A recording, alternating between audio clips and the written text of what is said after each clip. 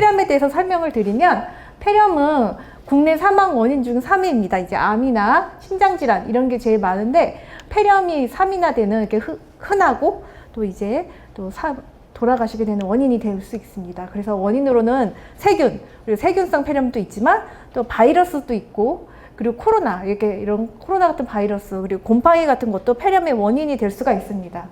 그리고 이제 어르신들 연세가 많으시고 또 당뇨가 있거나 투석을 하고 계시거나 또는 이렇게 만성 폐질환이나 암 환자 이런 분들은 면역력이 이제 약하시기 때문에 폐렴에 잘 걸릴 수가 있습니다. 그래서 이제 그러면 어떤 게 폐렴이냐?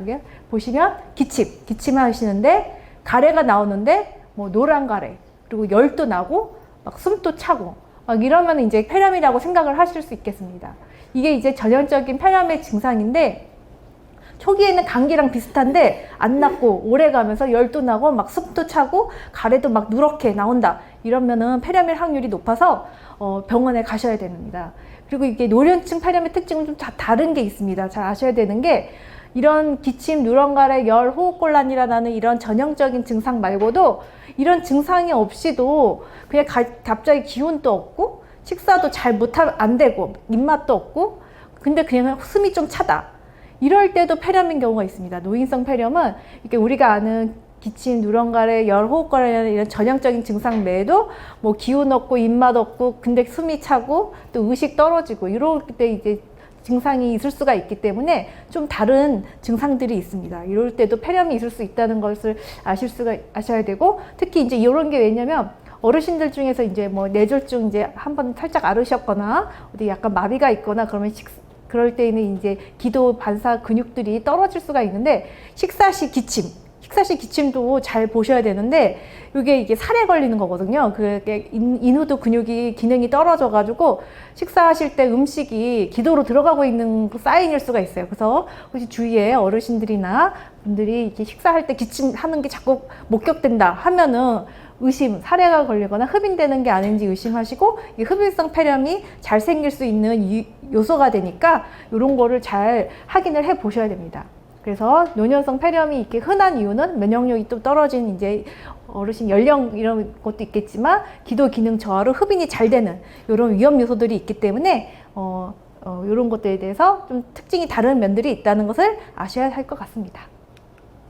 그래서 그럼 치료는 어떻게 하냐? 항생제를 쓰면 됩니다. 항생제를 쓰고, 세균성 폐렴 같은 경우 항생제를 한 1, 2주 쓰고, 중증일 경우에는 이제 먹는 항생제로 안 나을 땐 주사로 입원하셔서 치료하셔야 될 수도 있습니다. 어르신들은.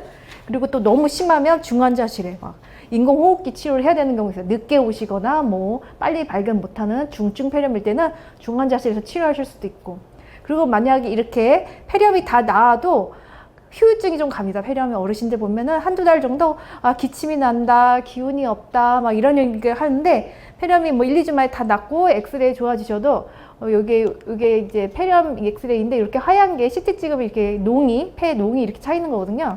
그래서 이런 게 이제 좋아졌다 하더라도 그런 후유증이 남을 수가 있고, 그다음에 이제 예방이 중요한데, 폐렴구균 백신 다 아실 겁니다. 이건 폐렴 예방 주사 다들 맞으셨을 수도 있고, 그래서 이제 13가 백신이라고 이런 게 있습니다. 이런 건 평생에 한 번 맞으면 되는 그런 약간 이제 좀 고가의 폐렴 항생제가 있는데, 그리고 또 21가가 이렇게 5년마다 보고서에서 그냥 무료로 놔주는 거, 그런 게 있는데, 최근에 이제 13가 백신 이런 게 있고 20가 백신이 있는데, 어르신들이 폐렴 걸리신 모든 분들이 말합니다. 폐렴 예방주사 맞았는데 폐렴 걸렸다. 근데 사실 이게 폐렴 예방주사가 이 여러 가지 폐렴군 중에서 한 종류, 폐렴규군만 커버를 하는 거거든요. 근데 아까 말씀드렸다시피 폐렴은 여러 가지 균, 바이러스, 뭐 심지어 곰팡이까지도 걸릴 수 있기 때문에 이 폐렴 예방주사를 맞으면 폐렴규균 요거는 커버할 수 있지만 나머지는 또 커버할 수 없기 때문에 걸릴 수가 있는 겁니다. 그래서 여러 가지 감염에 폐렴 예방주사는 예방이 되긴 하지만 100% 예방이 아니니까 어쨌든 폐렴 증상이 좀 의심된다 할 때는 병원에 와서 체크를 해보시는 게 좋겠고, 생활에서 예방, 뭐 운동하거나 적절한 영양 공급, 이거 굉장히 중요하고, 휴식, 그리고 개인 위생, 손 씻기, 구강 청결, 이런 게 이제 기본적으로 하면서 중요한 사항이 되겠습니다. 그래서 이게 폐렴 걸리신 분들 사진인데, 이게 폐 농이 이렇게 있는 겁니다. 그래서 이 항생제 한 1주에서 2주 복용하시면 이게 농이 다 사라지는데, 이건 3개월 뒤에 찍은 겁니다. 근데 여기 보면 흔적이 이렇게 흔적이, 이게 섬유화 흔적이 좀 남긴 합니다. 근데 이것도 한 1년, 2년 지나면 사라지는데, 이게 이제 폐렴 치료하고 한 3개월 뒤에 다시 찍은 그런 사진들입니다. 그래서 이제 아셔야 될 건 열 난다, 뭐 이렇게 고열이 나고 누렁가래 이렇게 올라오고 숨이 차다 이러면은 폐나 기관지가 손상이 된 거기 때문에 숨이 차다는 거는 꽤나 이제 심한 증상이거든요. 그래서 그리고 비전형적인 증상으로 기운 없고 입맛 없고 그리고 숨 차다. 이럴 때는 폐렴을 의심해서 병원에 내원하셔서 엑스레이 찍어보는 게 좋습니다.